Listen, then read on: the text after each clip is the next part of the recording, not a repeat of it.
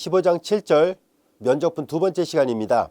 우리 첫 번째 시간에서는 스칼라장의 면적분을 공부를 했었고, 이제 두 번째 시간에는 상대적으로 더 응용 가치가 많은 벡타장의 면적분에 대해서 같이 공부하도록 하겠습니다.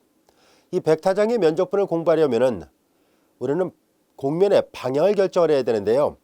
이 방향이 서로 반대 방향의 두 가지 방향을 갖고 있는 공면에 대해서는 방향을 부여할 수 있는 공면이다 라고 얘기를 하겠습니다만은, 만약에 어떤 공면이 면이 하나밖에 없어서 이 면의 법선 벡터가 단 한 가지밖에 나오지 않을 때는 방향을 부여할 수 없는 공면이라 얘기를 하도록 하겠습니다. 우리는 이 절에서 방향을 부여할 수 있는 공면에 대해서 생각하려고 하고요. 방향을 부여하지 못하는 공면은 논의의 대상에서 제외를 하려고 합니다. 그럼 어떤 공면이 방향을 부여할 수 없을까 싶을 텐데요. 바로 여러분들이 이미 잘 알고 있는 메비우스 띠와 같은 공면이 방향을 부여할 수 없는 공면입니다. 이 메비우스 띠는 여러분들이 보면 알 수 있듯이 다음같이 만들 수 있지요. 이미 여러분들이 초등학교 교과정을 통해서 이런 걸 실험을 통해서 직접 만들어 본 적이 있을 겁니다. 이 그림에서 보는 것처럼 가느다란 띠를 양 끝점을 서로 꼬아가지고 서로 붙여버리면 이렇게 해서 얻어진 공면이 바로 메비우스 띠입니다. 이 메비우스 띠는 면이 두 개가 아니라 하나로 주어지는 독특한 공면인데요. 왜 면이 하나인지를 한번 알아보도록 하겠습니다. 이 앞에 그림에서 보면 알 수 있듯이 이 메비우스 띠 안쪽에 있는 한 점을 선택하고 그 점을 P라 놓겠습니다. 이제 이 점 P에서 이 면을 따라서 계속 이동을 한다라고 가정하겠습니다. 이 면을 따라서 계속 이동을 할 때, 자, 여기는 이렇게 꼬아져 있잖아요. 그래서 눈에 보이지 않는 저 뒷면을 통과해서 들어갈 것이고, 여기서 다시 한번 또 꼬아져 있으니까 이 아래쪽으로 나와서 이 면의 바깥쪽을 돌고 있겠네요. 따라서 이 처음에 출발했던 P 입장 위치쯤에 다시 와서 볼 때는 P는 이 앞쪽에 서 있었는데 우리는 지금 돌다 보니까 뒤쪽에 가 있습니다. 자, 그런데 우리 계속 돌아볼까요? 계속 면의 뒷부분을 돌다가 보면 여기가 이렇게 꼬아져 있으니까 안쪽으로 오고, 다시 한번 꼬아져 있으니까 안쪽으로 들어가겠죠. 안쪽으로 들어가서 보면은 출발점으로 다시 되돌아오는 독특한 공면이라는 것을 알 수 있습니다. 결과적으로 이 메비우스 띠는 점 P에서 출발해서 계속 돌다 보니까 다시 제자리로 되돌아옵니다. 이것은 곧 무슨 뜻이냐면은 이 면의 방향이 하나밖에 없다는 것을 말해주고 있습니다. 그래서 저자도 이 그림에서 보면 알 수 있듯이 화살표를 이렇게 쭉 표시했는데요. 자, 이 면의 수직이 되는 법선 벡터의 방향이 계속 다른 방향을 향하고 있는 것처럼 보이지만 결국은 출발점으로 되돌아와서 결과적으로 면이 하나밖에 없다는 것을 알 수 있는데요. 이와 같이 면이 하나밖에 없는 경우는 방향을 부여할 수 없다라고 얘기를 하도록 하겠습니다. 그에 반해서 방향을 부여할 수 있는 것은 바로 이와 같이 이 그림에서 보는 것처럼 면의 수직이 되는 법선 벡터, 특히 단위 법선 벡터가 서로 반대 방향의 두 가지가 주어지면은 그럴 경우는 방향을 부여할 수 있는 공면이다 라고 얘기를 하도록 하겠습니다. 이 그림에서 보는 것처럼 어떤 공면이 하나 주어져 있고, 공면 위에 한 점에서 이 면에 접하는 접평면을 구할 수 있다라고 가정하겠습니다. 물론 여기서 경계선을 제외하겠습니다. 경계선을 제외한 공면 S라 할까요? 공면 S 안에 있는 모든 점에서 우리는 각각의 모든 점에서 접평면을 구할 수 있다면 접평면의 수직이 되는 법선 벡터의 방향은 두 가지가 생깁니다. 즉, 선생님 오른쪽 손바닥을 만약에 접평면이라 가정했을 때 이 접평면의 수직이 되는 법선 벡터는 위를 향하는 법선 벡터도 있고요. 이와 같이 그 다음에 아래를 향하는 법선 벡터도 있습니다. 이 아래에 있는 것처럼요. 즉 N1과 N2라는 서로 방향이 반대가 되는 단위 법선 벡터를 이와 같이 구할 수 있다면 이런 공면을 우리는 방향을 부여할 수 있는 공면이라 얘기를 하도록 하겠습니다. 우리가 지금 다루고자 하는 벡타장의 면적분을 공부할 때 반드시 공면은 방향을 부여할 수 있는 공면이어야만 합니다. 자, 그래서 앞서 다뤘던 메비우스 띠 같은 것은 우리의 논의에서 제외를 할 것이고요. 공면의 방향을 부여할 수 있는 것을 다뤄보려고 합니다. 자, 좀 더 구체적으로 살펴본다면 이와 같이 어떤 공면이 하나 주어졌을 때 공면의 각각의 점에서, 경계는 제외하고요, 각각의 점에서 연속적으로 우리는 접평면을 구하고, 그 다음에 그 접평면의 수직이 되는 법선 벡터를 이와 같이 위쪽을 향하는 법선 벡터와 아래쪽을 향하는 법선 벡터를 동시에 다 구할 수 있다면 이런 공면을 우리는 방향을 부여할 수 있는 공면이다 라고 얘기를 하도록 하겠습니다. 여기까지가 됐죠? 자, 그러면 여기에서 우리는 이 단위 법선 벡터를 약소를 할 때 양과 이런 개념을 통해서 구별하려고 합니다. 즉 양의 단위 법선 벡터와 음의 단위 법선 벡터 이렇게 해서 구별하려고 하는데요. 어떤 것을 양이라고 어떤 것을 음이라 할까 하는 것을 약소를 하도록 하겠습니다. 말 그대로 정의입니다. 자, 우선 이 곡면이 양함수 형태로 되어 있다고 보겠습니다. 이 곡면이 Z는 이퀄 편의상 G, X, Y 꼴로 양함수 형태로 되어 있습니다 라고 가정해 보도록 하겠습니다. 자, 그러면 우리는 이런 곡면을 한쪽으로 넘겨서 다음같이 생각해 볼 수 있죠. 자, 아니면 아예 벡터, 우리 앞에서 했던 것처럼 이 곡면을 벡터 형태로 한번 표시해 볼까요? 자, 벡터 형태로 표시할 때 우리는 독립변수를 각각 X하고 Y로 표시하려고 합니다. UV를 쓰지 않고 그냥 X, Y 앞에서 했던 것처럼 X, Y를 써보도록 할까요? 그럼 X, 제1성분은 X, 제2성분은 Y예요. 그 다음에 제3성분은 GXY와 같이 되어 있습니다. 자, 우리는 단위 법선 벡터를 구하려면 RX하고 RY의 외적 벡터 그리고 자신의 크기로 나눠야 되죠. 자, 그래서 우리는 먼저 RX를 구해보도록 하겠습니다. R을 X에 대해서 편밀한 거 순서대로 쓸게요. 1, 0. 그 다음에 GX가 될 것이고 RY에 대해서 편밀을 할까요? 그러면 0, 1, GY와 같이 됩니다. 이제 이와 같이 되어 있으므로 앞 시간에도 다 했던 내용이에요. RX와 RY의 외적 벡터를 구해봅니다. 자, 이렇게 계산하니까 마이너스 GX 그 다음에 이렇게 해서 이렇게 한 걸 빼는 거니까 마이너스 GY 그리고 이렇게 계산하니까 1이 나왔습니다. 따라서 단위 법선 벡터 N을 만들려고 하는데요. 얘는 RX와 RY의 외적 벡터를 자신의 크기로 나누면 되죠. RX 크로스 RY의 크기로 나누면 됩니다. 자, 이때 RX하고 RY의 크기는 루트 각각의 성분의 제곱의 합이에요. 그래서 루트 여기는 GX의 전체 제곱 플러스 GY의 전체 제곱 플러스 1이고요. 그 다음에 이제 RX 크로스 RY를 이제 IJK 결합으로 표시한다면은 이제 마이너스 GXI 벡터 마이너스 GYJ 벡터 그리고 플러스 K 벡터 이와 같이 됩니다. 자, 여기서 잘 보면 IJ 앞의 개수는 마이너스 일지라도요. K 앞의 개수는 플러스 1입니다. 그래서 K 성분, 즉 Z축 방향의 기본 단위 벡터 앞의 성분이 플러스인 걸로 봐서 이렇게 계산했던 N 벡터는 XY 평면 위쪽에 있다는 것을 알 수 있습니다. 그러면 이렇게 계산했던 단위 법선 벡터는 이 두 개의 그림을 놓고 비교해 본다면 어느 그림일까 하고 봤더니 바로 이 K 벡터 성분 앞에 개수가 플러스인 걸로 봐서 위를 향하고 있어야 될 테니까요. 여기다 이제 좌표축을 집어넣었다가 봐요. X축, Y축, Z축을 집어넣으면 Z축 방향과 비슷한 방향을 가져야 되겠죠. 요 앞에 성분들이 있어서 똑같이 이렇게 Z축을 향하지는 않습니다. 약간 이렇게 되어 있습니다만 크게 봤을 때 아래를 향하고 있지는 않다는 것을 알 수 있습니다.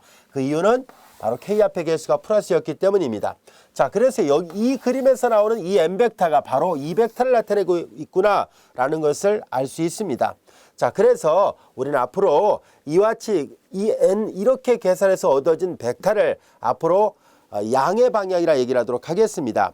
그리고 이제 여기에다가 마이너스를 방향이 반대니까 마이너스를 붙이면 되죠. 그래서 마이너스로 붙여지는 이 방향 이렇게 안쪽을 향하는 거네요. 이렇게 아래쪽 또는 안쪽이라 할까요? 이렇게 되는 방향을 앞으로 이 곡면의 단위 법선 벡터의 방향에서 음의 방향이다 라고 얘기를 하도록 하겠습니다.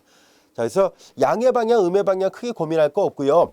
우리는 앞으로 RX 크로스 RY의 방향 자체가 그냥 양의 방향이다 라고 생각하면 됩니다. 이해되셨죠?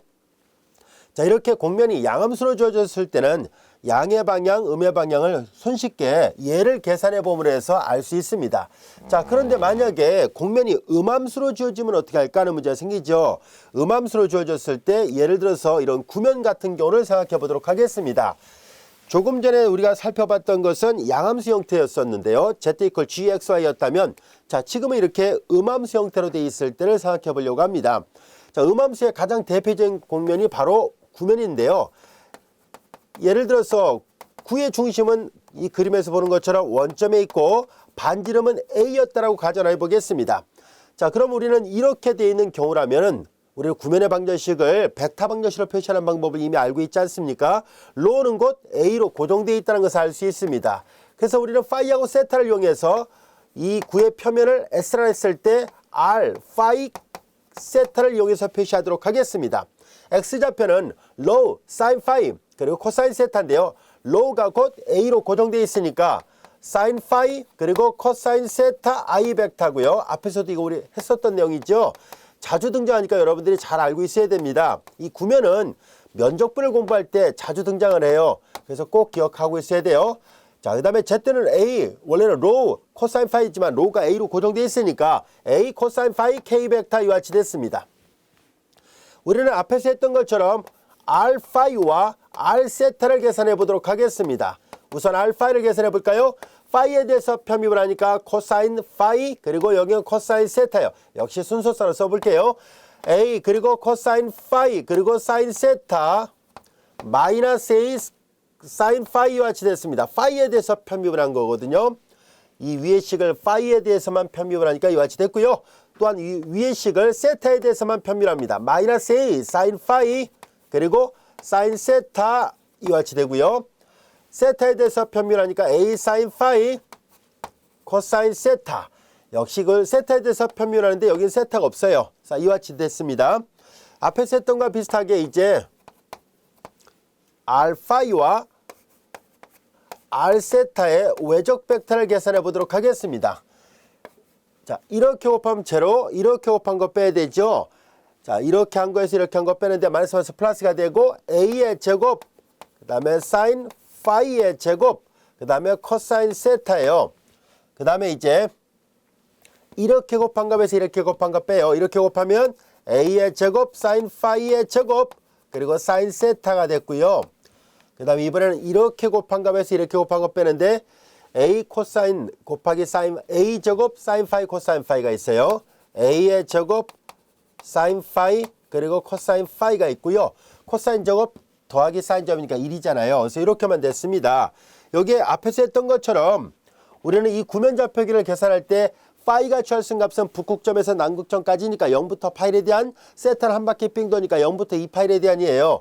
그래서 이 파이가 0부터 파이에 대한이니까 얘네들은요 전부 다 사인 파이는 1, 2, 3분면에서 양수잖아요. 그리고 벡터에 공통항이 있으니까 바깥으로 내보내겠습니다. 그래서 A의 제곱, 그 다음에 주어진 식을 바깥으로 내보내니까 사인 파이의 제곱 이와 같이 되고, 여기는 코사인 세타, 여기는 사인 세타 이와 같이 됐습니다. 그 다음에 이제 A제곱 사인 파이까지가 공통이군요. 그래서 A제곱 사인 파이까지가 공통이라 해서 여기 사인 파이가 있었거든요. 그래서 여기에 남아있는 것은 A제곱까지 다 나갔고 사인 파이 다 나갔으니까 여기에 사인 파이와 그리고 코사인 세타 있고요. 여기도 사인 파이와 사인 세타가 있습니다. 여기 사인 파이 나왔으니까 여기는 코사인 파이 이와 같이 됐습니다. 여기까지도 이해됐죠? 자, 그 다음에 이제 R 파이와 R 세타의 외적 벡터의 크기를 구해보면은 이거 자체 양수예요. 그래서 A의 제곱 사인 파이가 있고요. 그 다음에 이제 요거 각각의 크기의 제곱의 합의 루트예요. 제곱의 합의 루트 씌워야 되는데 요거 두 개를 먼저 제곱하면 사인 파이의 제곱 공통이고 코사인 제곱 더하기 사인 제곱 1이 되죠. 사인 파이의 제곱 더하기 코사인 파이 제곱이니까 1이에요. 그래서 요것만 남습니다. 자, 이제 이와 같이 됐어요. 그러면 이제 단위 법선 벡터를 계산해 보려고 하는데요. 단위 법선 벡터는 R 파이와 R 세타의 외적 벡터를 자신의 크기로 나눠야 되죠. 자신의 크기로 나눴습니다. 자, 이제 R 파이와 R 세타의 외적 벡터는 요거예요. 이것을 자신의 크기로 나눴잖아요. 이거로 나눴습니다. 잘 보세요. 이 벡터를 얘로 나눠버리니까 약분돼 버리죠. 약분하고 나서 보니까 남는 것은 사인 파이와 코사인 세타, 사인 파이와 그리고 사인 세타, 그리고 코사인 파이와 같이 됐다는 것을 알게 됐습니다. 근데 이건 앞으로도 우리가 자주 쓰일 거거든요. 이 N벡터의 방향을 좀 알아보려고 해요.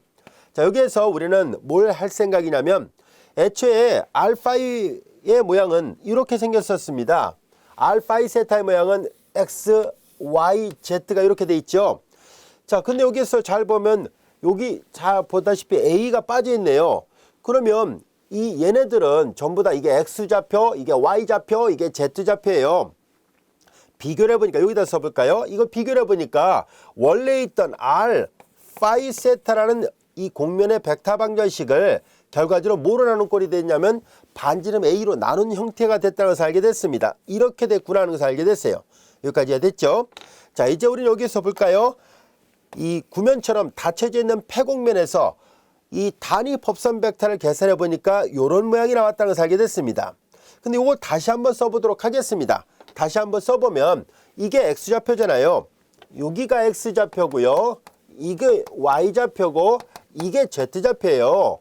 그래서 하나하나 다 확인해 보니까 얘네들을 IJK 결합으로 표시해 본다면 이런 모양이었구나 하는 것을 알게 됐습니다.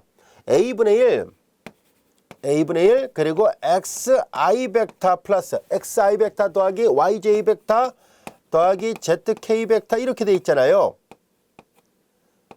여기까지가 됐나요? 자, 이렇게 돼 있구나 하는 것을 알게 됐습니다. 플러스예요.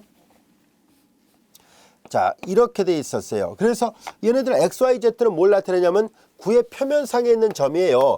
요 점의 좌표가 XYZ예요. 원점에서부터 이점까지의 벡터가 위치 벡터인데요. 이 위치 벡터의 성분은 곧 종점의 좌표와 같죠. 왜냐하면 시점이 원점이 되는 벡터, 위치 벡터는 항상 종점의 좌표를 이용해서 벡터의 성분을 표시한다는 거 우리가 알고 있습니다.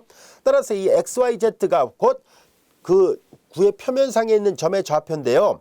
A는 양수잖아요. 반지름이니까. 자, 그래서 얘네들은 곧 뭐냐면 위치 벡터를 나타내요. 이 X, Y, Z의 IJK 결합은 바로 이 그림에서 보면 알 수 있는 노란색 화살표 벡터 얘네들을 말하는 거예요. 결과적으로 자연스럽게 구면처럼 어떤 곡면 S가 닫혀져 있는 폐곡면일 때 단위 법선 벡터는 보다시피 바깥 방향을 향하고 있다는 것을 알게 됐고요. 우리 이제 약소를 하겠습니다. 이렇게 N 벡터를 양의 방향으로 약소를 하거든요. 이렇게 양함수일 때도 이렇게 이런 식으로 계산한 결과가 양의 방향인 것처럼 이렇게 폐곡면으로 주어지는 그런 경우에 한해서는 닫혀져 있는 폐곡면일 때 안쪽에서 바깥쪽으로 가는 방향을 우리는 양의 방향이라 얘기를 할 것이고요. 그 다음에 여기다 마이너스를 붙이면 안쪽으로 들어오겠죠. 이렇게 마이너스를 붙이면 이렇게 안쪽으로 들어오게 될 텐데요. 이렇게 폐곡면 안으로 들어오는 방향은 음의 방향이다 라고 약속을 하도록 하겠습니다.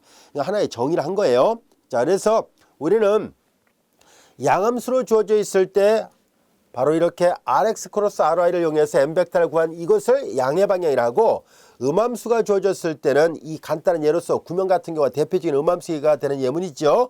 그래서 확인해 본 결과 이렇게 됐다는 얘기는 곧 안에서 바깥으로 가는 경우에 나타나는데요. 꼭 구면이 아닐지라도 이미의 폐곡면은 항상 안에서 바깥으로 가는 것을 양의 방향이다라고 약속을 하도록 하겠습니다. 그래서 이거는 뒤에 가서도 자주 쓰이니까요. 잘 알아두세요. 여기까지가 됐죠. 자, 이제 구면의 단위 법선 벡터는 이런 모양으로 되어 있다는 것을 알게 됐고요. 우리 이 절의 마지막 본문의 예제를 풀 때도 이 원리를 사용하도록 하겠습니다. 그래서 이 흐름은 이미 앞에서도 했었습니다만 앞으로 우리가 면적분을 할 때마다 자주 등장하는 예문 중에 하나니까요. 잘 기억해 두세요. 자, 이제 우리는 지금까지 배웠던 곡면의 방향을 우리가 이해하고 있었으니까 이제 구체적으로 벡터장의 면적분이라는 개념을 우리가 학습을 해보도록 하겠습니다. 이 벡터장의 면적분은 공학적으로 또는 물리학적으로 굉장히 많은 의의가 있습니다. 그래서 우리는 이런 문제를 해결하기 위해서 유체의 흐름을 염두에 두고 우리가 벡터장의 면적분을 정의를 해보도록 하겠습니다. 예를 들어서 어떤 곡면이 하나 이렇게 펼쳐져 있고요. 이 곡면을 잘게 분할해서 앞에서 했던 것처럼 작은 영역을 하나 생각해 보도록 하겠습니다. 이 영역을 SIJ 영역이라는 거고요. 자, 이제 우리는 여기에서 이 면을 통과하는 어떤 유체가 있다고 가정하겠습니다. 여기서 유체라고 일반적으로 표현한 것은 액체일 수도 있고요. 또는 가스 같은 어떤 기체 상태에 있는 것을 통틀어서 우리는 유체라 얘기를 하도록 하겠습니다. 자, 이제 우리는 어떤 유체 흐름, 뭐 바람의 흐름이라든가 뭐 해류라든가 이런 것들 있죠. 아니면 이제 어떤 대기 중에 있는 어떤 특정한 어떤 가스의 분포라든가 이런 것들을 생각한다고 가정해 봅시다. 자, 그럼 여기에서 우리는 이 면을 통과하는 유체 흐름이 있었다고 보겠습니다. 이 면을 통과하는 유체 흐름이 이렇게 있는데요. 자, 이 유체 흐름을 나타내는 것을 힘 F로 표시하려고 합니다. 그리고 힘 F를 우리는 다음같이 써서 표시하는데요. 자, 이거 유체 흐름이라면 이 V를 우리는 속도 벡터 또는 속도장이라 얘기를 하도록 하겠습니다. 그리고 로는 밀도를 나타낸다고 보겠습니다. 자, 유체의 밀도와 그리고 속도가 주어져 있을 때 우리는 다음같이 이 작은 영역, 이 전체 S를 통과하는 벡터장 F를 생각하려고 하는데요. 이걸 우리가 전체적으로 하나하나 잘 분해해서 생각해 보려고 해요. 즉 우리는 앞에서 했던 거를 여기다 다시 한번 잘 적용한다면 이런 식으로 우리가 접근하겠습니다 라는 뜻이에요. 자, 여기가 UV 좌표계예요. UV 좌표계의 영역을 D라 놓겠습니다. 앞에서도 많이 했던 거죠. 자, 그리고 이제 여기에 곡면 S가 있었던 거죠. 이런 곡면이 있었습니다. 자, 이제 우리는 앞에서 했던 것처럼 이 안에 있는 임의 점을 하나 잡았고요. 여기에서 이제 수평선을 그으면은 이제 이렇게 된 것이 U커브고요. 또 다른 수평선을 잡으면 또 다른 이렇게 U커브가 나오겠죠. 자, 이런 식으로 U커브들을 만들 수 있었고요. 그 다음에 이번에는 이렇게 V축의 평행한 직선을 그었을 때 우리는 이런 V커브를 만들 수 있다는 것을 앞에서도 배웠었습니다. 자, 그래서 이렇게 여러 가지 V축의 평행한 직선들을 만들 때마다 그거에 걸맞게 이와 같은 V커브들을 구할 수 있습니다. 여기까지 이해됐죠? 자, 그 다음에 이제 우리는 여기에서 생각해 보도록 하겠습니다. 자, 이제 여기 한 점의 좌표를 생각하고요. 이제 요 점을 우리가 U축으로는 I번째, V축으로는 J번째 점이라 가정하겠습니다. 왼쪽 끝 모서리 지점을요. 요 영역을, 요 빗금친 영역을 이제 전체 영역을 D라 놨습니다. DIJ 영역이라 가정할 것이고요. 이제 여기에서 요 가로의 길이는 U축 방향의 증가량이니까 델타 U라 쓸 것이고, 그 다음에 여기 세로는 V축 방향의 증가량이니까 델타 V라 쓰려고 합니다. 그러면 DIJ 영역의 넓이는 직사각형 영역이니까 당연히 가로 곱하기 세로 DU 델타 U 곱하기 델타 V로 표시할 수 있겠네요. 자, 이제 우리는 요 영역에 놓이는 요 왼쪽 모서리에 해당되는 요 점의 사상이 여기 와 있다라 보고요. 이제 이 DIJ의 영역에 대항하는 곡면상의 요 영역을 요 그림에서 보는 것처럼 SIJ라고 놓도록 하겠습니다. SIJ라 놓을 거예요. 자, 이 영역을 SIJ라 놓도록 하겠습니다. 여기까지도 이해됐죠? 자, 그리고 우리는 얘를 잘게 쪼개면 쪼갤수록 자, 이렇게 U커브하고 V커브가 만나 생기는 요 SIJ 영역은 아주 작아질 것이고요. 또 앞서 얘기한 것처럼 우리는 이쪽에서 접하는 저평면을 생각해 볼 수 있을 겁니다. 아주 작은 어떤 한 점에서 우리는 요 충분히 작게 만든다면 우리는 거의 여기가 평면과 비슷하다고 가정할 수 있고, 그럼 저평면이 하나 주어졌을 때 자, 이렇게 법선 벡터를 하나 생각할 수 있을 겁니다. 이 법선 벡터를 노멀 벡터 이렇게 표시할 것이고요. 양함수로 지어주면 이걸로 계산한 것을 양의 법선 벡터, 음함수로 지어주면 이렇게 계산한 식으로, 즉 안에서 바깥으로 가는 것을 양의 법선 벡터라 놓도록 하겠습니다. 자, 이쪽이 양의 법선 벡터라면 우리는 지금 이걸로 계산하려고 해요. 이쪽은 음의 법선 벡터가 됩니다. 자, 이제 우리는 여기에서 이 유체 흐름을 이렇게 쭉 다루려고 하는데요. 이 면을 통과하는 뭐 바람 같은 걸 생각해 봅시다. 아니면 해류 같은 걸 생각해요. 바닷물 속의 어떤 조류의 변화를 생각하려고 합니다. 자, 이때 우리는 여기에서 이 유체 흐름이 이쪽 방향으로 이렇게 움직이고 있다고 가정할까요? 그리고 이제 앞서 얘기한 것처럼 V는 속도 벡터고 로는 유체의 밀도입니다. 자, 이제 그러면 이 힘은 좀 지울까요? 이 힘은 이제 다음같이 표시할 수 있습니다. 이제 여기는 힘 F는 바로 로 V로 이렇게 표시할 수 있을 텐데요. 바로 이 로 V는 단위 시간당 요 작은 영역을 통과하는 유체의 질량을 나타냅니다. 그래서 이 F 이퀄 로 V는 이 단위 시간당, 일정 시간당 뭐 초든 분이든 뭐 시간이든 간에 이렇게 단위 시간 하나 정했을 때 이렇게 여기를 통과하는 유체의 질량을 나타내게 되는데요. 자, 이제 우리는 얘를 이용해서 우리는 면적분을 다음같이 정의하도록 하겠습니다. 우리는 이제 이 힘 F의 N 법선 벡터 방향에 SIJ라는 이 부분 공면에 수직이 되는 법선 벡터가 하나 있었다라, 저평면에 수직이 되는 법선 벡터가 N이라 했을 때 힘 F의 N 벡터 방향으로의 단위 시간당 유체의 총 질량을 계산해 보려고 합니다. 자, 그럼 이 SIJ 영역을 통과하는 이 N 벡터 방향의 유체의 질량을 다음같이 계산할 수 있겠죠. 자, 여기다 한번 써볼까요? N 벡터 방향으로의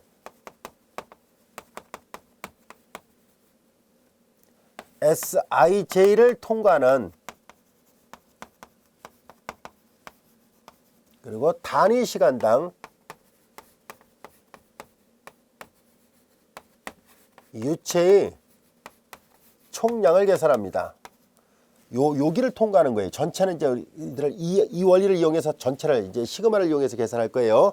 자, 총 질량입니다. 총 질량은 대략적으로 다음같이 구할 수 있겠네요. 뭐냐면은 자, 벡터 F의 n벡터 방향의 성분이 필요하죠. 우리는 앞에서 벡터의 내적을 이용해서 어느 한 벡터를 다른 벡터 방향의 성분을 찾는 방법을 이미 배워서 알고 있습니다. 자, 그래서 우리는 이 벡터자 F가 지금 로 V로 돼 있죠. 로 V에 n벡터 방향의 성분이 필요합니다. 그래서 이 벡터와 이 벡터의 내적을 계산했습니다. 자, 그리고 이제 우리는 단위 시간당 유체 총량이니까 그래서 우리는 요 면을 통과하는 양을 생각해야 되죠. 그래서 우리는 델타, 자, 이렇게 표시하도록 하겠습니다. 델타 Sij라 쓸게요. 이 델타 Sij는 Sij의 넓이를 나타냅니다. 요 영역의 넓이, Sij의 넓이를 우리는 넓이를 area of Sij를 편의상 델타 Sij라 써서 표시하기로 해봅시다. 자, 그래서 이렇게 표시할 수 있게 됐네요.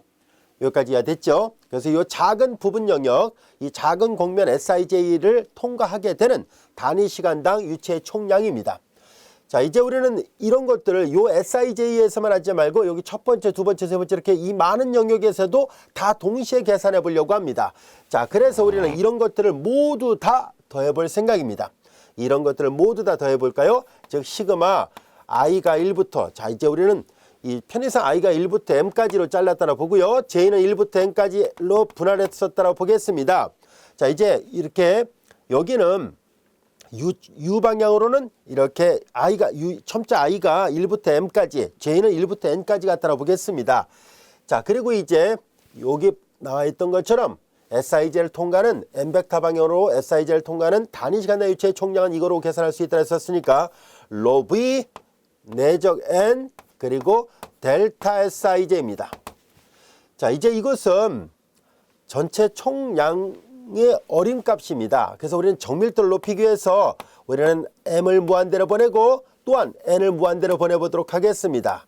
자, 이제 이 극한이 존재한다면 이 극한은 우리가 잘 알다시피 리미트하고 시그마 한 짝이 각각 인테그럴 기호로 바뀌죠. 그래서 얘네들은 각각 인테그럴, 더블 인테그럴이 될 것이고요. 이 전체 공면을 S라 놨었으니까 전체 공면 S가 됩니다. 그리고 여기는 로 V 내적엔 이와 같이 쓸 수 있을 것이고요. 그 다음에 여기는 델타는 DS로 바뀐다는 것을 잘 알고 있을 겁니다. 자, 이렇게 해서 이렇게 계산한 이 값은 뭘 나타내냐면은 얘는 이 S를 통과하는, 이 S라는 면 전체요. 이 면 전체를 통과하는, S를 통과하는 단위 시간당 S를 통과하는 유체의 총량입니다. 그래서 또는 이제 유체의 총량이에요. 단위 시간당 유체의 총량을 나타냅니다. 총질량이랄까요? 여기는 여기를 통과하는 총질량이었다면 얘는 S를 통과하는 총량입니다. 또는 이제 다른 말로 얘는 이 면 S를 통과하는 유체의 흐름률이라고 말할 수 있습니다. 그러니까 시간당 유체의 총량이니까 유체의 흐름률을 계산해 보니까 이렇더라는 얘기예요. 그래서 이제 예를 들어서 몇 시간이 통과하면 유체의 양이 얼만큼이다 이런 것들을 따질 수 있어요. 그래서 이 적분을 우리가 보통 유량을 계산할 때 사용하는 적분이다라는 뜻에서 유량 적분이라고 얘기를 하기도 합니다. 그래서 플럭스 인테그럴 이렇게 얘기를 하는데요. 자, 우선 여기에서 로 V는 우리가 지금 벡터자 F를 이렇게 유체 흐름을 다룰 때 사용하는 속도 벡터, 속도장을 이용해서 표시했는데요. 이런 개념들은 꼭 속도장에만 계산할 수 있는 것이 아니기 때문에 좀 더 일반화시켜서 벡터자 F를 이용해서 표현하도록 하겠습니다. 그래서 여기를 로 V 대신에 F를 이용해서 표시하게 되면 다음같이 쓸 수 있는데요. 공면 S상에서 벡터자 F 내저 N 그리고 DS예요. 자, 요 기호를 로 V를 F로 바꿔놓은 것 뿐입니다. 근데 여기에서 보통 이제 여기 괄호 안 붙이고 그냥 씁니다. 많은 책에서 괄호 없이 그냥 쓰거든요. 그래서 선생님도 괄호 빼버릴게요. 자, 그런데 이렇게도 쓰기도 하지만 기호 표기의 약속입니다. 여기 보면 NDS는 이 법선 벡터 성분을 계산한다는 것을 강조하고 있는데요. 요 기호를 합쳐서 이렇게 쓰는 책들도 많이 있어요. 그래서 같은 말입니다. F 내죠. D 여기가 벡터로 돼 있어요. 여기는 벡터 아니라 대문자고 여기에 n 벡터 있는데요. 요 밑줄 쳐는 기호가 요거랑 같은 기호입니다. 그래서 많은 책에서 이렇게도 쓰지만 또 이렇게도 쓰니까 여기 n이 오타다 이렇게 생각할 필요 없어요. 탈자가 아니라 이건 벡터로 돼 있고 요거는 그냥 대문자 S로 돼 있어서 이것 자체가 같은 말입니다. 그래서 구별할 수 있어요. 자, 이것을 우리는 벡터장 F의 공면 S상에서의 면적분이라 얘기를 하고요. 이것을 우리는 통틀어서 플럭스 인테랄이라 얘기를 합니다. 얘네들을 플럭스 인테랄, 우리말로 그냥 유량적분이라고 번역해서 쓰고 있습니다. 유량적분입니다. 자, 우린 지금까지 배웠던 내용들 벡터장의 면적분을 이제 구체적으로 조건은 뭐고 결과는 어떤지 한번 알아보도록 할까요? 자, 이제 유량적분에 대한 정의입니다. 벡터장 F가 단위 법선 벡터 n을 가지는 유한공면 S상에서 정의된 연속 벡터장이면 S상에서 벡터장 F의 면적분은 연속인 벡터장이라는 얘기예요. 자, 이제 그러면은 얘네들은 같은 기호입니다. 이렇게 쓰기도 하고 이렇게 쓰기도 한다는 거 이해되셨죠? 자, 이 적분을 우리는 S를 통과하는 벡터장 F의 유량 또는 이제 유량적분이라고 얘기를 합니다. 플럭스 인테랄, 앞으로 자주 듣게 되는 용어 중에 하나니까요. 잘 익혀두시기 바랍니다. 자, 이제 유량적분에 대한 정의를 배웠으니까 거기에 맞게끔 예문 하나 풀어보도록 하겠습니다. 예제 4번 같이 한번 볼까요? 단위 구면을 통과하는 벡터장 F의 유량을 구하시오라는 얘기입니다. 요 교재에 보면은요, 단위 구면에 요 벡터장 각각의 위치에 맞춰서 이 벡터의 그림을 그려놓은 게 있어요. 이거예요. 자, 이렇게 이 구면을 통과하는 이렇게 여기를 통과하는 벡터장의 화살표의 길이, 그 다음에 방향 이런 걸 통해서 유치의 흐름을 알 수가 있는데요. 자, 이제 우리는 이렇게 이거의 유량을 구하시라는 얘기니까 유량을 구하는 것은 보다시피 이렇게 F 내저 N DS를 계산하기만 하면 됩니다. 자, 이제 보면은 얘가 단위 구면으로 되어 있네요. 단위 구면으로 되어 있어서 앞서 우리가 조금 전에 여기다 계산했던 거 기억나죠? 거기에서 우리가 n벡터의 모양이 어떻게 생겼는지 이미 잘 알고 있습니다. 그래서 그걸 이용해서 계산해도 되고요. 아니면 처음부터 쭉 유도를 해볼까요? 아무래도 면적분 지금 벡터장의 면적분 처음 하는 것이니까 이 예문에서는 그래서 한번 쭉 유도를 해보겠습니다. 자, 이제 이 벡터장의 유량을 구하시오라고 되어 있는데요. 우선 공면 S를 매개 변수화 시켜서 표시를 해야 됩니다. 공면 S가 R, 파이, 세타로 되어 있을 때 반지름이 1이 되는 구면이죠. 그래서 로, x좌표는 로, 사인 파이, 코사인 세타인데 로가 1이니까 로가 1이거든요. 지금. 그래서 사인 파이, 코사인 세타, I 벡터, 사인 파이, 그리고 사인 세타, J 벡터, 그리고 코사인 파이, K 벡터 이와 같이 되어 있습니다. 여기는 코사인 파이, 그리고 K 벡터 이와 같이 됐어요. 그 다음에 이제 단위 법선 벡터를 찾아서 내절해야 되거든요. 벡터장 F랑 내절해야 됩니다. 그래서 우리는 여기를 알파이를 계산해 보도록 하죠. 앞에서 했던 것처럼 사인 미분하니까 코사인 세타, 코사인 파이, 사인 세타, 그리고 마이너스 사인 파이가 됐고요. 그 다음에 R 세타를 계산합니다. 마이너스 사인 파이, 그리고 사인 세타, 그 다음에 사인 파이, 그리고 코사인 세타, 여기는 세타 없으니까 제로 이와 같이 됐습니다. 자, 이와 같이 됐으므로 요거이므로 이제 우리는 알파이하고 알세타의 외적 벡터 계산합니다. 이미 앞에서도 여러 번 했기 때문에 아마 여러분들 잘 알고 있을 거예요. 이제 이렇게 계산한 거에서 이렇게 계산한 걸 빼니까 사인 파이의 제곱, 그리고 코사인 세타, 이렇게 곱하면 사인 파이의 제곱, 그 다음에 사인 세타, 이제 이렇게 해서 이렇게 한 걸 빼면 사인 파이하고 코사인 파이만 남습니다. 여기까지 이해됐죠? 알파이하고 알세타의 외적 벡터를 계산해 본 결과 이와 같이 됐습니다. 자, 이제 우리는 여기에서 이제 주어진 식을 이제 마저 계산하기 위해서요. 단위 법선 벡터가 필요하잖아요. n 벡터를 계산합니다. n 벡터는 알파이와 알세타의 외적 벡터를 자기 자신의 크기로 나눠야 되죠. 그래서 알파이와 알세타의 외적 벡터의 크기인데요. 자, 앞서도 얘기했던 것처럼 여기서 외접 벡터의 크기에서 사인 파이가 공통해서 바깥으로 나가요. 사인 파이가 바깥으로 나가고 그러면 남는 것은 사인 파이와 코사인 세타, 사인 파이와 사인 세타, 코사인 파이가 남는데요. 이 크기를 계산하면 사인 파이의 제곱, 코사인 제곱, 사인 파이 제곱, 사인 제곱이니까 묶어내면 사인 파이 제곱이 되고 코사인 파이 제곱 더하면 1이 나오잖아요. 그래서 얘네들의 그 크기는 사인 파이만 남습니다. 사인 파이 자체가 양수예요. 그래서 사인 파이만 남았고요. 그 다음에 분의 1 그리고 알파이 크로스 알세타 여기다 계산합니다.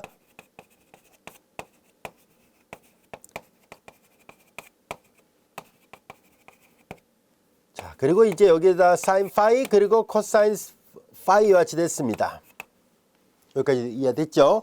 그래서 하나하나 약분하면 스칼라베 하듯이 약분해버리면요 이렇게 됐고요. 남은 것은 여기에는 이제 사인 파이와 그리고 코사인 세타, 그 다음에 사인 파이와 그리고 사인 세타 이와 같이 되고 그 다음에 코사인 파이와 같이 됐습니다. 여기까지도 이해됐죠? 자, 이제 우리는 n벡터의 성분을 모두 다 찾았습니다. 이 n벡터의 성분은 앞서 얘기했던 것처럼 XYZ 성분을 반지름으로 나눈 것과 똑같습니다. 이 문제는 계산해 보니까 R, 파이, 세타, 벡터하고 똑같이 일치하게 됐죠. 앞서 여기다 썼던 것처럼 n벡터는 R, 파이, 세타를 A분의 1 반지름의 역수를 곱해서 계산하잖아요. 반지름 1이니까 곧 이 n벡터가 앞에서 했던 R, 파이, 세타와 똑같다는 것을 다시 한번 확인해 볼 수 있습니다. 자, 우리는 n벡터를 구했으니까 이제 여기다가 대입해서 계산해 보도록 하겠습니다. 자, 여기다 계산해서 대입을 하려고 하는데요. 우리는 이거 좀 지울까요? 다음 같은 것을 우리가 앞에서 DS라는 것을 여기다 잠깐 살펴볼게요. 우리는 앞에서 DS는 넓이의 기본 요소가 R, 여기는 파이하고 세타니까 R 파이와 R 세타의 외적 벡터의 크기 D 파이, D 세타라는 것을 잘 알고 있습니다. 그래서 이걸 이용해서 여기다 마저 계산하도록 하겠습니다. 자, 이제 그렇다면 이 플럭스 인테그랄 유량을 구하는 문제는 더블 인테그랄 S상에서 F 내적 N DS였었는데요. 확인해 본 결과 더블 인테그랄, 자, F는 여기가 Z, Y, X잖아요. 근데 여기 보면은 여기가 지금 X고요. 얘가 Y 좌표고 얘가 Z 좌표예요. 따라서 여기다 각각 이게 좀 파이하고 세타를 이용해서 적분해야 되니까 파이하고 세타로 바꿔놔야 됩니다. 자, 그래서 이제 F를 벡터자 F를 여기다 계산하는데요. 자, Z 좌표 대신에 코사인 파이를 그리고 Y 좌표 대신에 사인 파이 그리고 사인 세타를 Z 좌표는 이게 지금 Z 좌표고요. 그 다음에 ZY X 순으로 되어 있어요. ZY 그리고 X 여기가 사인 파이 코사인 세타입니다. 그리고 내적, 자, 이제 밑에 됐을까요? 내적 n벡터의 성분은 이거예요. n벡터의 성분은 이와 같이 되어 있습니다. 자, 그런데 여기 알파이하고 알세타의 외적 벡터의 크기를 다시 곱하죠. 자, 그러면 이 부분을 다시 한번 잘 정리를 해보도록 할까요? n벡터가 요거였어요. 그 다음에 옆에다가 DS를 이걸 곱해야 되잖아요. 여기다 따로 계산해 볼게요. n벡터 그리고 DS의 개념은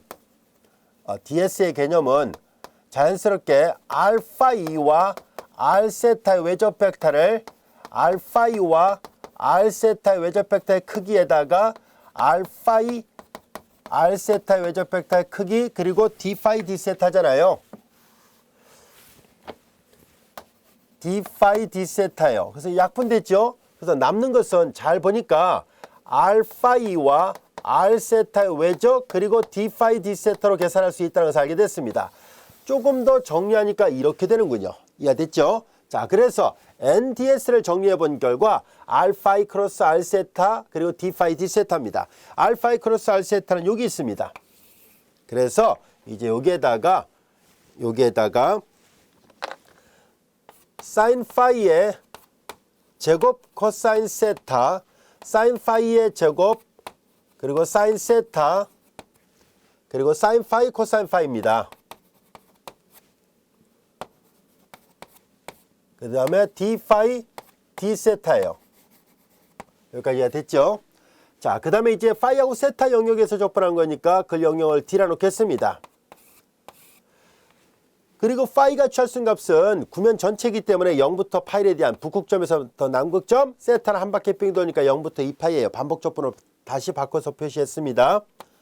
여기까지도 이해됐죠? 자, 이제 벡터의 내적이니까 끼리끼리 곱해서 다 더합니다. 자, 이렇게 곱하니까 사인 파이의 제곱 코사인 파이가 될 것이고, 그 다음에 코사인 세타가 있습니다. 플러스 이렇게 곱하죠. 사인 파이의 3승, 그리고 사인 세타의 제곱, 그 다음에 플러스 이렇게 곱하니까 밑에다 쓸까요? 사인 파이의 제곱, 사인 파이의 제곱, 그리고 코사인 파이, 코사인, 사인 파이의 제곱, 코사인 파이, 코사인 세타입니다. 그리고 이제 밑에다 d 파이, d 세타 이렇게 쓰겠습니다.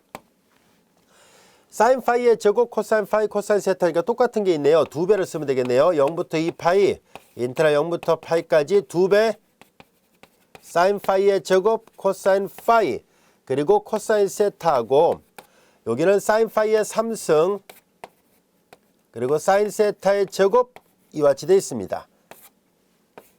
그리고 d 파이, d 세타입니다. 여기까지도 이해됐죠? 자, 이제 우리는 얘네들을 다 하나하나 파이에 대해서 적분할 때 결과적으로 세타는 상수가 되니까 바깥으로 내보낼 수 있죠? 그래서 하나하나 내보내서 계산해 보겠습니다. 0부터 2파이까지. 그 다음에 이제 요거 바깥으로 나가니까는 코사인 세타 이와 같이 됐고요. 그럼 이렇게 할까요? 이 합에 관한 적분은 각각의 적분에 할 것 같으니까 따로따로 적분을 시도를 해보겠습니다. 분리를 해서 따로따로 해볼게요. 인테랄 0부터 2파이까지 두 배 사인 파이의 제곱, 코사인 파이, 코사인 세타. 자, 적분 선형성이 있으니까 따로따로 계산한 겁니다. d 파이 그리고 d 세타와 그 다음에 이제 여기 플러스 더블 인테그랄 0부터 2파이, 0부터 파이까지 그 다음에 사인 파이의 3승과 사인 세타의 제곱. 자, 이와 같이 되어 있고요. 그 다음에 d 파이, d 세타입니다. 자, 여기까지가 됐죠. 자, 그 다음에 이제 이 피적분함수를 잘 보면 파이가 있는 부분과 그리고 세타가 있는 부분에 곱으로 되어 있고요. 구간은 모두 상수니까 얘네들은 각각의 적분의 곱으로 바꿀 수 있어요. 각각의 적분의 곱, 얘도 마찬가지로 각각의 적분의 곱으로 바꿀 수 있죠. 자, 그렇게 해서 식을 변형을 해 보도록 하겠습니다. 자, 각각의 적분의 곱으로 다 바꿔보면 이제 주어진 식은 각각의 적분의 곱 플러스 각각의 적분의 곱이에요. 우선 여기는 0부터 파이까지, 그리고 0부터 파이, 그리고 2 사인 파이 제곱 코사인 파이입니다. 2 사인 파이의 제곱 코사인 파이 d 파이가 됐고, 그 다음에 인테럴 0부터 2파이까지 뒤에 코사인 세타 d 세타가 있습니다. 여기 잘못 표시했군요. 0부터 파이입니다. 파이는 0부터 파이고 세타 0부터 2파이예요. 그래서 세타는 2파이까지 코사인 세타 d 세타입니다. 그리고 뒷부분도 마찬가지로 계산하면 파이는 0부터 파이까지 사인 파이의 3승 d 파이와 0부터 2파이까지 사인 세타의 제곱 d 세타가 있습니다. 사인 세타의 제곱 d 세타. 이 뒷부분은 이걸 계산한 거예요. 사인 파이의 3승과 사인 세타의 제곱 이렇게 따로따로 분리가 됐고요. 그 다음에 이제 이걸 계산할 필요가 없네요. 왜냐하면 코사인을 0부터 2파이까지 적분하면 이거 0이 나와요. 그러니까 앞에 결과에 상관없이 전부 다 0입니다. 따라서 이 두 개의 적분값의 곱과 같다는 것을 알 수 있습니다. 이 각각의 적분의 곱을 계산해야 되는데요. 우선 얘를 계산할 때 0부터 파이까지 사인 파이의 3승은 사인 파이의 제곱 곱하기 사인 파이 이렇게 바꿔놓을 수 있고요. 그 다음에 뒷부분은 사인의 제곱이니까 200으로 바꿔야 되죠. 2분의 1 마이너스 코사인 2세타 이와 같이 됐습니다. 앞부분은 다시 바꿔서 쓴다면 사인 파이의 제곱은 1 마이너스 코사인 파이의 제곱 그리고 사인 파이 d 파이가 됐고요. 뒷부분은 이거 바로 적분합시다. 2분의 1 그리고 1을 세타로 적분하니까 세타 그리고 2분의 1 사인 2세타 이와 같이 됐고요. 그리고 구간 0부터 2파이까지 이와 같이 됐습니다. 그리고 앞부분을 다시 또 계산합니다. 자, 이거 전개하죠. 이렇게 전개하면 앞부분은 사인 파이를 0부터 파이까지 적분하는데요. 사인을 0부터 파이까지 적분하면 2가 나오죠. 그 다음에 이제 뒷부분을 계산해야 되는데요. 자, 요걸 계산하면 아예 적분 결과를 쓸까요? 3분의 1 코사인 파이의 3승이 나오죠. 얘를 미분하면 3 내려오고 코사인 파이의 제곱 합산하면서 안에 것도 미분하니까 마이너스 사인 파이가 돼서 결과적으로 두 번째 적분은 얘를 0부터 파이까지 적분하는 것과 같습니다. 자, 이제 앞부분은 이거였고요. 자, 뒷부분은 마저 계산할까요? 여기다가 이제 2분의 1 종점 대입한 값에서 시점 대입한 값 빼는데요. 이 파이를 대입했고요. 그 다음에 사인 정수배 파이 제로고 0 대입하면 다 제로니까 요것만 남아요. 정도라니까 뒷부분은 파이군요.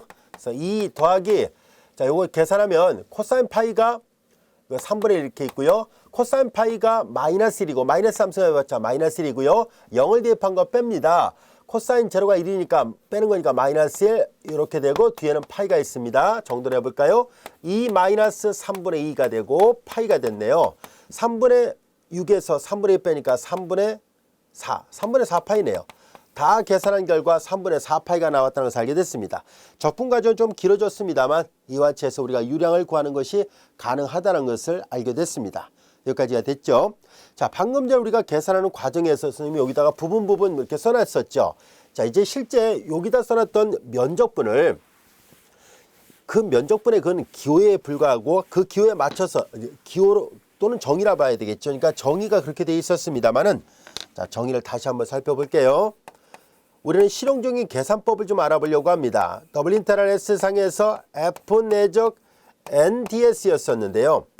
자, 앞서는 구면좌표계다 보니까 파이하고 세타를 썼습니다. 그런데 우리는 이제 여기에서 이 면 S가 R, U, RV로 되어 있다라고 가정해 보겠습니다. UV로 표시가 되는 그런 좌표계라 보겠습니다. 즉 X 성분도 U와 V로, Y 성분도 U와 V로, Z 성분도 U와 V로 되어 있는 이런 공면이었다고 가정하겠습니다. 그리고 UV가 취할 수 있는 영역을 D라 놓겠습니다.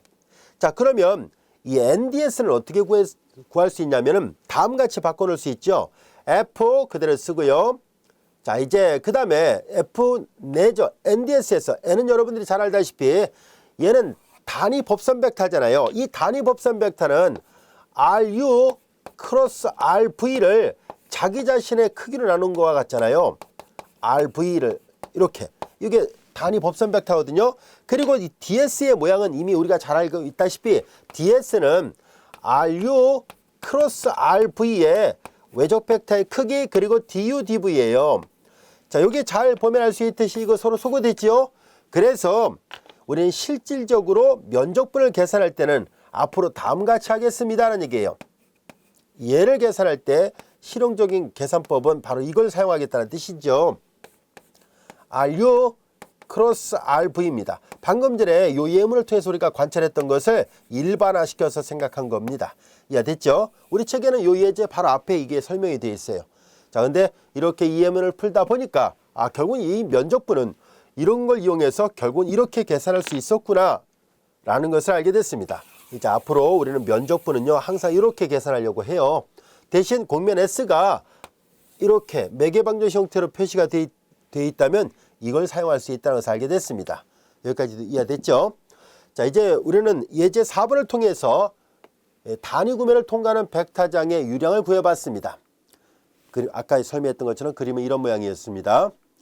자, 그리고 이제 우리는 만약에 곡면이 이렇게 양함수로 주어지면 이렇게 계산할 수 있는데 혹시 정답입니다. 이 곡면이 이렇게 매개방정식으로 주어지면 이렇게 계산할 수 있는데 만약에 곡면이 양함수로 주어지면 어떻게 계산할 수 있을까 하는 얘기입니다. 이 계산법도 중요한 계산법이니까 잘 알고 있어야 돼요. 그래서 우리는 지금 두 가지 계산법을 지금 배워보려고 합니다. 우선 첫 번째 한 것은 곡면 자체가 매개방정식으로 되어 있을 때 이렇게 할 수 있습니다. 것을 배웠었죠. 쓰임새가 많은 적분 이론이니까 잘 알고 있어야 돼요.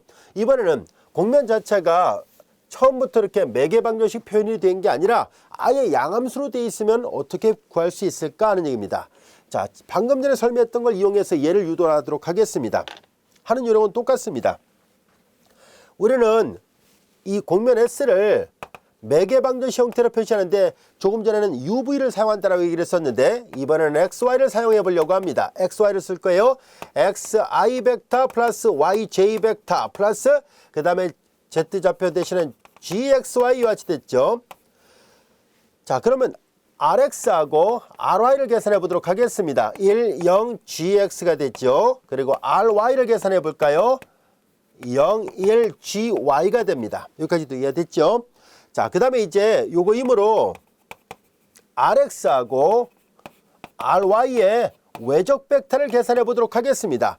RX하고 RY의 외적 벡터를 구하면 이렇게 계산하니까 마이너스 GX 이렇게 계산하니까 마이너스 GY 1 이와 같이 됐네요. 자, 이제 이 계산 결과를 여기다가 대입을 하려고 합니다. 자, 그래서 이 식이 나온다는 것을 보이려고 해요.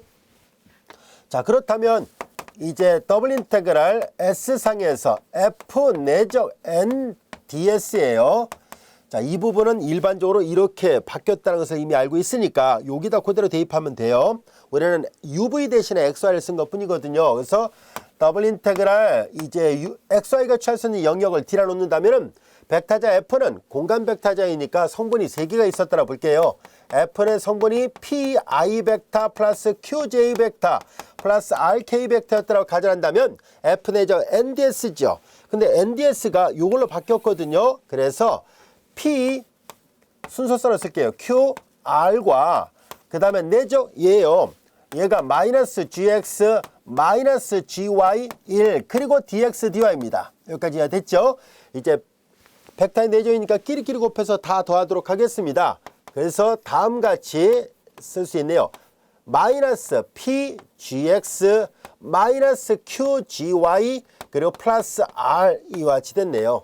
그 다음에 이제 DX DY입니다. 여기서 RX하고 RY의 외적 벡터는요, 단위 법선 벡터를 만드는 부분이거든요. 단위 법선 벡터는 이 크기로 나눠야 되는데 결과적으로 이 벡터의 방향과 이 벡터의 방향은 같아요. 크기만 다를 뿐이죠. 제3성분이 1로 되어 있으니까 얘는 위를 향하는 형태라는 것을 알 수 있습니다. 자, 그래서 마이너스 여기 써 있죠. 마이너스 PGX 마이너스 QGY 플러스 R DX DY입니다. 그래서 앞으로 곡면 자체가 매개방정식으로 되어 있는 형태라면 이렇게 쓸 것이고 만약에 양함수로 주어지면 이렇게 계산하도록 하겠습니다. 이해됐죠? 그래서 플럭스 인테그랄 계산하는 방법 두 가지를 다 배웠습니다. 곡면이 매개방정식으로 되어 있을 때, 곡면이 양함수로 되어 있을 때 각각 이와 같이 구할 수 있다라는 것을 알게 됐습니다. 자, 이제 이어서 다음 같은 문제를 한번 살펴보도록 하겠습니다. 예제 5번 볼까요?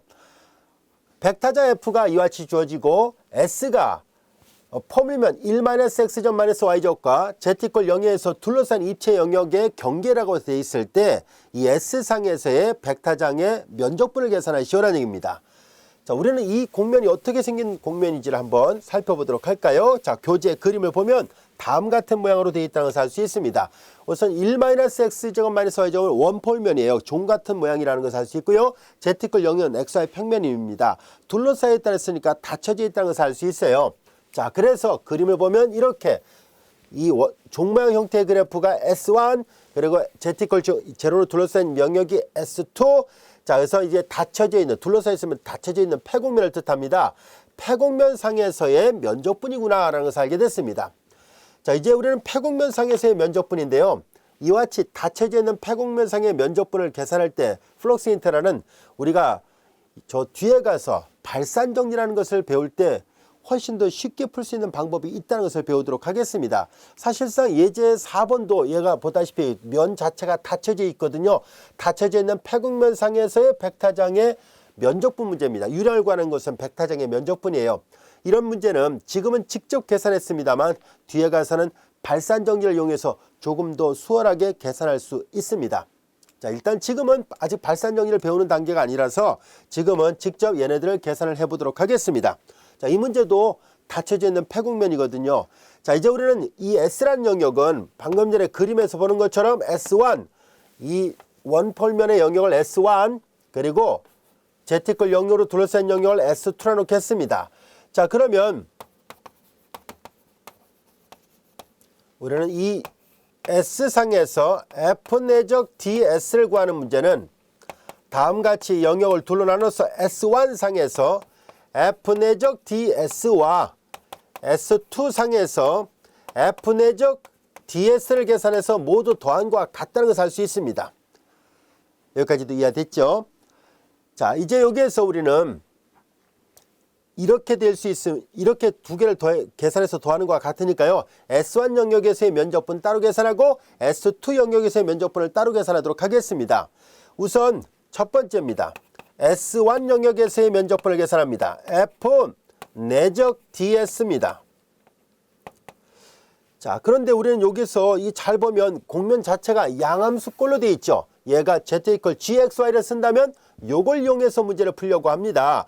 PQR은 문제에서 얘가 P고 얘가 P가 되고 얘가 Q가 되고 얘가 R인 거예요. 자, 그래서 S1에 대응하는 XY 좌표계니까 XY 평면상의 그림자입니다. XY 평면상의 그림자는 S1의 XY 평면상의 그림자는 보다시피 중심이 원점에 있고 반지름이 1이 되는 원판 내부 영역이라는 것을 알 수 있습니다. 자, 그래서 여기는 그 원판 내부 영역을 D라 놓겠습니다. 이제 마이너스 P, P가 이렇게 Y 이렇게 돼 있고요. 그 다음에 마이너스 P, GX죠. 얘가 GX입니다. 이 GXY예요. 얘를 X에 대해서 편밀하니까 마이너스 EX입니다. 마이너스 EX. 그 다음에 마이너스 Q, Q는 X예요. 아시겠죠? Q는 X 이와 같이 되고, 그 다음에 마이너스 GY죠. 마이너스 일단 붙였고요. GY를 계산합니다. Y에 대해서 편밀하면 마이너스 Y, 마이너스 일단 다 씁시다. 마이너스 Y와 같이 됐고요. 그 다음에 플러스 R입니다. 플러스 R은 여기 Z예요. 자, 근데 Z는 여기 잘 보세요. 이 공면의 방정식을 만족해야 되니까 Z 대신에 1 마이너스 X의 점 마이너스 Y 점을 쓰면 되겠네요. 자, 이제 볼까요? 마이너스 PGX 마이너스 QGY 플러스 R입니다. 그리고 DX DY예요. 자, 이제 DX DY입니다. 얘를 정돈해 보도록 하죠. 더블 인테그랄 D 상에서 요거 계산하니까 EXY, 요도 계산하니까 플러스 EXY, 다 계산하니까 4XY군요. 자, 이와 같이 됐네요. 자, 4XY 이와 같이 됐습니다. 그 다음에 이제 플러스 1 마이너스 X의 점 마이너스 Y의 제곱, 그리고 DX DY입니다. 적분 영역이 원의 형태를 띠고 있고요. 피적분 함수 안에 보니까 X접 더하기 Y접도 들어있네요. 그래서 이런 경우는 당연히 극좌표로 바꿔서 적분해야 된다는 것을 알 수 있죠. 그래서 극좌표로 바꿔서 적분해 보도록 하겠습니다. 자, 극좌표로 다 바꿔보도록 할까요? 위의 살을 들여다봤을 때 중심 원점이 있고 반지름이 되는 원판이잖아요. R이 취할수 값은 0부터 1이고 세타는 한 바퀴 빙 도니까 0부터 2 파일에 대한 이와 같이 됐습니다. 자, 이제 4XY죠. 4X는 R 코사인 세타, Y는 R 사인 세타니까 R 제곱 사인 세타 이와 같이 되고요. 플러스 1 마이너스 X접 더하기 Y접은 R 제곱이 되고요. 그 다음에 야코비안 값 R, DX DY를 바꾸려니까 R, DR D 세타입니다. DR D 세타 이와 같이 됐습니다. 자, 이제 다 전개해서 적분하도록 하죠. 하나하나 다 전개해서 적분하는데요. 자, R에 대해서 적분할 때 코사인 세타, 사인 세타는 상수니까 바깥으로 내보낼 수 있고요. 바깥으로 내보냈습니다. 그리고 4R의 3승이 있죠. 4R의 3승을 적분하니까 R의 4승입니다. R은 0부터 1까지고요. 안에 걸 적분했습니다. 이렇게 하니까 R을 적분하니까 2분의 R의 제곱, R의 3승을 적분하니까 4분의 R의 4승, 그리고 R을 0부터 1까지 계산했고 이게 다 끝났으니까 바깥에는 D세타입니다. 0부터 2파이고요. 이거 계산하면 1이죠. 코사인 세타 곱하기 사인 세타가 있고요. 그 다음에 얘네들 계산하면 2분의 1에서 4분의 1 빼니까 4분의 1에서 4분의 1 빼니까 4분의 1, 그리고 D세타 이와 같이 됐습니다. 여기까지도 이해됐죠? 자, 앞에 거는 치환적분이군요. 2분의 1 사인 세타의 제곱, 그리고 구간 0부터 2파이까지가 되고요. 피적분 함수가 상수니까 바깥으로 내보내고 1, 0부터 2파이까지 적분하면 2파입니다. 종점 대입한값에서 시점 대입한값 빼야 되는데요. 사인은 정수협파에서 제로예요. 따라서 남은 것은 얘는 2분의 파이라는 것을 알게 됐습니다. 자, 이제 S1 상에서의 적분이 2분의 파이가 됐어요. 여기까지도 이해됐죠? 이번에는 S2 상에서의 적분을 계산해 보도록 하겠습니다. S2 상에서의 적분을 시도를 합니다. 이번엔 두 번째입니다. 똑같은 방법으로 더블 인테그랄 S2 상에서 F 내적 DS를 계산합니다. 이제 S2는 XY 평면상에 이 중심점이 있고 반지름 이되는 원판이에요. 역시 D라 놓겠습니다. 자, 이제 그런데 여기에서 우리는 이 S2 영역은 Z가 제로예요. Z가 제로거든요. 그러니까 요거 제로예요. R은 제로가 됐습니다. 여기는. 자, 나머지만 계산해 보도록 할까요? 자, 이제 주어진 식을 계산해 보면, 그리고 이때 계산할 때 주의할 점이 있습니다. 이게 닫혀져 있는 폐곡면이다 보니까 이 폐곡면에서의 양의 방향은 항상 이 면적분의 양의 방향을 염두에 두고 적분합니다. 아무 말이 없으면은요, 안에서 바깥으로 갈 때가 양의 방향인데요. 이 그림에서 보면 알 수 있듯이 이렇게 닫혀져 있으니까 안에서 바깥으로 가야 돼요. 근데 여기 보면 이 S2 상에서는요, 아래를 향하고 있어요. 아시겠죠? 아래 방향을 향하고 있다는 얘기는 뭐예요? RX 크로스 RY를 계산할 때 마이너스를 붙여서 계산해야 된다는 것을 말해주고 있습니다. 자, 그래서 우리는 앞서 계산했을 때 사용했던 이 공식을 여기다 적용할 때는 이 XY 평면상에 있으니까 조심해야 되는데요. 바로 요걸 계산할 때 주의해야 됩니다. 우리는 이 R을 향하고 있어야 되니까요. 보통 이렇게 양음 쓸 때 위를 향할 때가 양의 방향인데 R을 향하고 있으니까 마이너스를 붙여야 되잖아요. 마이너스를 붙인다는 얘기는 요 벡터 방향에다 마이너스를 붙여야 돼요. 여기가 바로 RX 크로스 RY인데 마이너스 붙이니까 이렇게 플러스 여기가 마이너스가 돼요. 이해됐죠? 자, 그래서 얘네들 다 계산하면 여기가 플러스 여기가 마이너스가 됩니다. 여기가 플러스 여기가 마이너스 이렇게 돼요. 요걸 계산하세요라는 얘기입니다. 자, 이때 이 문제에서 P가 Y고요. P가 Y가 됐고요. P는 Y가 되고 Q는 X가 되고 그리고 R은 Z인데 Z가 제로거든요. XY 평면상에 있으니까요. 자, 그래서 여기다 또 대입을 해서 계산해 보도록 하겠습니다. 자, 이제 그대로 계산을 해 볼까요? 그런데 이제 여기 잘 보세요. 이 예문은 지금 Z는 이퀄 GXY죠. Z는 이퀄 GXY인데 얘가 0이니까 GX도 0이네요. 이것도 0이네요. 이것도 0이고요. R도 이미 R이 Z 잡히잖아요. 이게 0이니까 피족분함수가 전부 다 0이 돼서 얘는 계산할 필요가 없구나 하는 것을 알게 됐습니다.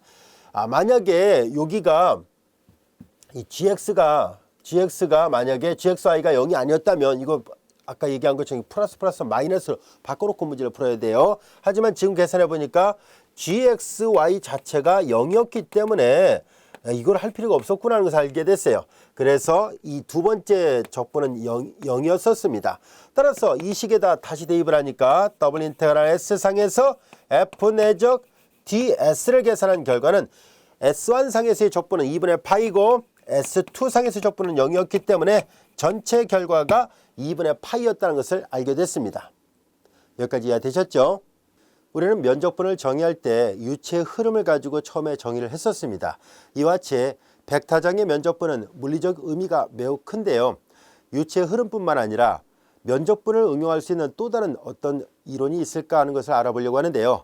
우리가 전자기학 같은 데서 살펴볼 수 있는 이렇게 전기력성 같은 문제들도 역시 벡터장의 면적분에 해당된다는 것을 살펴보려고 합니다. 자, 면적분의 여러 가지 응용으로서 우선 첫 번째, 곡면 S를 통과하는 전기장 E의 전기력선, 일렉트릭 플럭스를 우리가 전기속 이렇게 보통 번역해서 쓰기도 합니다. 그래서 전자기학 책 같은 데 보면은 이렇게 전기력선을 구하는 문제가 자연스럽게 전기장 E에 대한 벡터장의 면적분과 관련되어 있다는 것을 알 수 있고요. 이와 같은 벡터장의 면적분을 적용하는 그런 이론 중에서 아주 유명한 가우스의 법칙이 있습니다. 바로 이와 같이 닫힌 곡면 S에서 둘러싸인 순전한 넷 차지를 구하는 문제는 바로 이렇게 방금 전에 얘기했던 일렉트릭 플럭스에다가 입실은 제로값, 이거 하나의 상수값이에요. 그래서 이걸 곱한 값과 같다는 것을 알 수 있는데요. 이와 같이 전자기학 분야에서도 우리가 지금까지 배웠던 벡터 미분적분학의 그 곡면 S에 대한 벡터장의 면적분을 통해서 구할 수 있다는 것을 알게 됐습니다. 그래서 앞서 우리가 정의했던 유체 흐름을 통해서 벡터장의 면적분을 약속했었는데요. 이와 같이 벡터장의 면적분이 유체 흐름뿐만 아니라 즉 유체역학 분야뿐만 아니라 이와 같이 전자기학 분야에서도 많이 활용되어 있다는 것을 알 수 있습니다. 또 다른 응용을 한번 또 살펴보도록 할까요? 이번에는 열의 흐름입니다. 열의 흐름은 다음과 같이 약속되어 있는데요. 여기서 K는 전도율을 나타내는 일정한 상수예요. 곡면 S를 통과하는 열의 흐름은 이와 같이 약속되어 있는데 이건 사실 잘 들여다보면 우리가 이미 알고 있는 식이에요. 뭐냐면 여기서 U는 뭘 나타내냐면 곡면 S상의 각 점에서 정의되는 온도 분포를 나타내는 함수예요. 그러면 우리가 어떤 온도 분포를 나타내는 함수 U가 주어져 있을 때 U의 그라디언트 벡터는 뭐예요? 우리가 어떤 양함수의 그라디언트 벡터는 가장 빠르게 증가하는 방향을 향한다라고 얘기를 했었는데요. 열의 온도는 어떻게 돼요? 높은 온도에서 낮은 온도로 흐르잖아요. 그래서 당연히 그라디언트 벡터의 방향과는 반대 방향을 가야 된다는 것을 알 수 있습니다.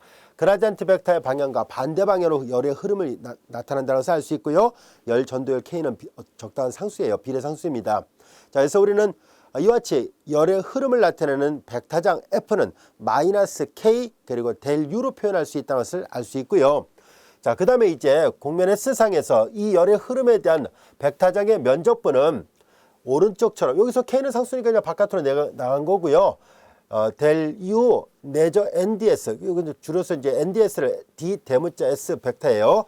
같은 말이죠. 이걸 그대로 대입한 것뿐입니다. 자, 이제 이렇게 해서 우리는 이 열의 흐름을 나타내는 문제들도 마찬가지로 벡터장의 면적분 문제가 되는구나 라는 것을 알 수 있습니다.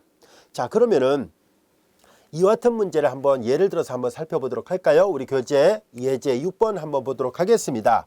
금속공의 온도 U는 공의 중심으로부터 거리의 제곱에 비례합니다 라고 되어 있어요. 자, 이 금속공의 온도는 공이라 얘기했으니까 구면이라 생각할 거예요.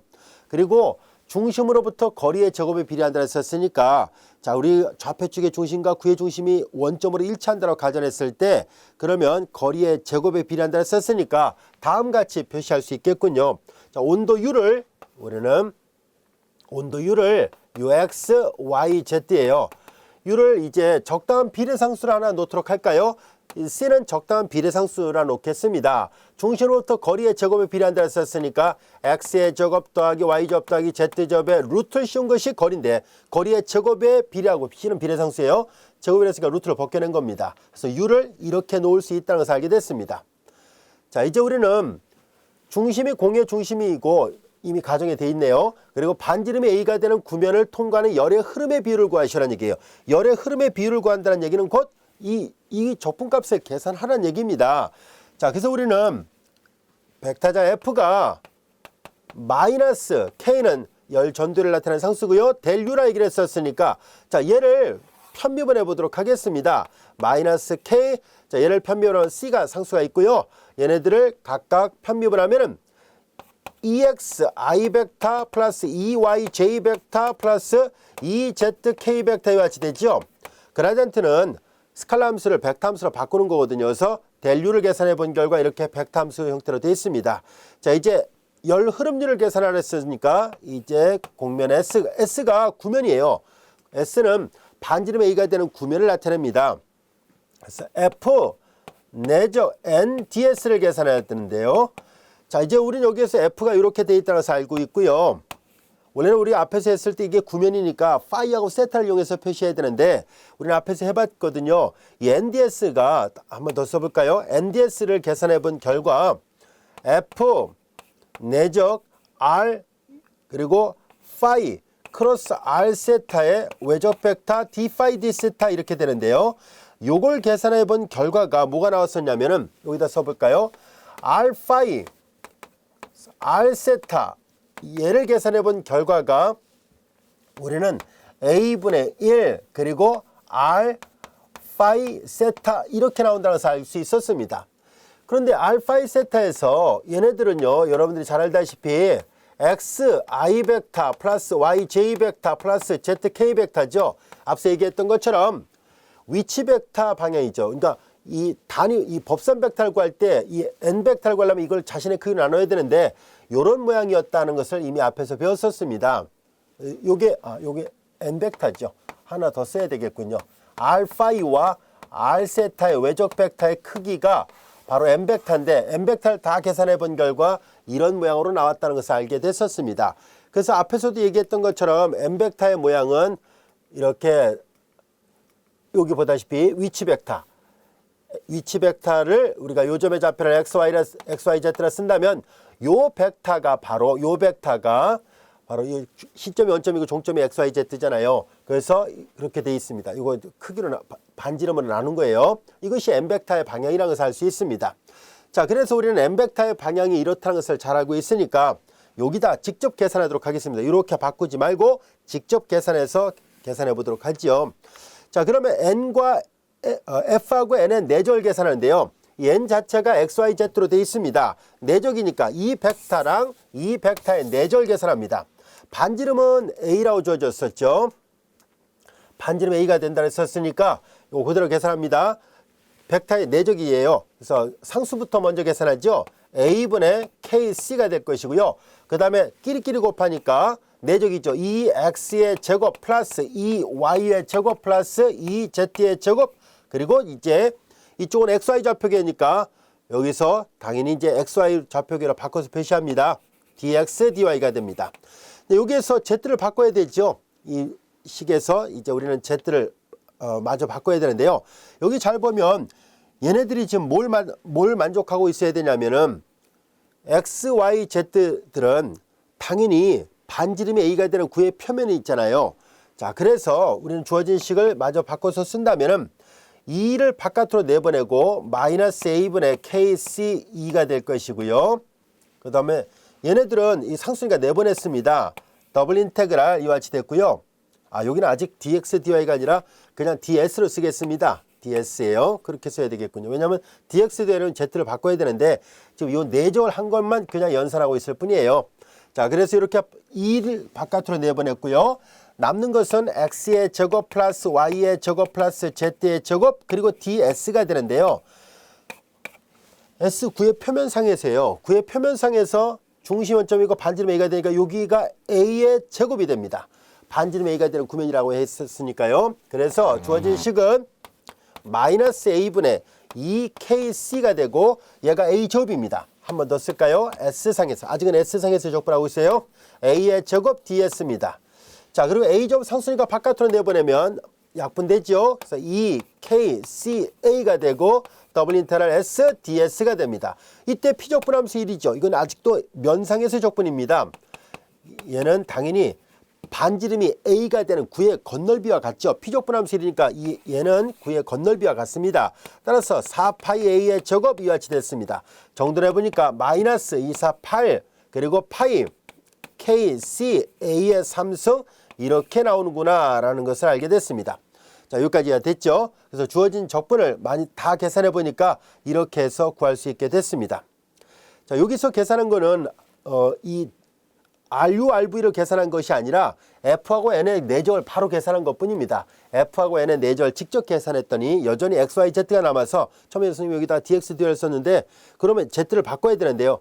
그럴 거라면 처음부터 파이 세타를 썼어야 되는데 그러지 않고 그냥 이렇게 쓴 것은 여전히 곡면 S상에서의 면적분을 그대로 이용하려고 했던 거예요. 곡면 S상에 있으니까 얘가 A의 제곱이 되고 그래서 상수 나가고 피적분함수 이름은 곡면의 넓이가 됐어요. 그래서 이렇게 해서 구할 수 있게 됐습니다. 자, 우리는 지금까지 앞 시간에 스칼라장의 면적분을 공부했었고 이 시간에는 벡터장의 면적분을 공부를 했습니다. 전체적으로 본다면 벡터장의 면적분이 좀 처음에 공부할 때는 약간 생소하고 어려울 수도 있는데요. 하지만 이 법선 벡터 n 벡터를 양함수로 주어졌을 때와 매개 방정식으로 주어졌을 때 각각 두 가지 방법만 잘 알고 있다면 그 다음에는 큰 어려움은 없습니다. 그리고 앞에 다뤘던 예제 두 개는 4번하고 5번은 닫혀져 있는 폐곡면상에서의 벡터장의 면적분이었었는데요. 계산 과정이 좀 길었습니다만 이런 문제를 해결하기 위해서 우리는 좀 더 좋은 방법으로서 뒤에 가서 발산정리라는 것을 이용해서 좀 더 수월하게 풀 수도 있다는 것을 배워보도록 하겠습니다. 자, 이제 우리는 지금까지 벡터장의 면적분을 공부를 했었고요. 자, 이어서 다음 시간에는 스톡스 정리라는 중요한 정리를 또 공부하도록 하겠습니다.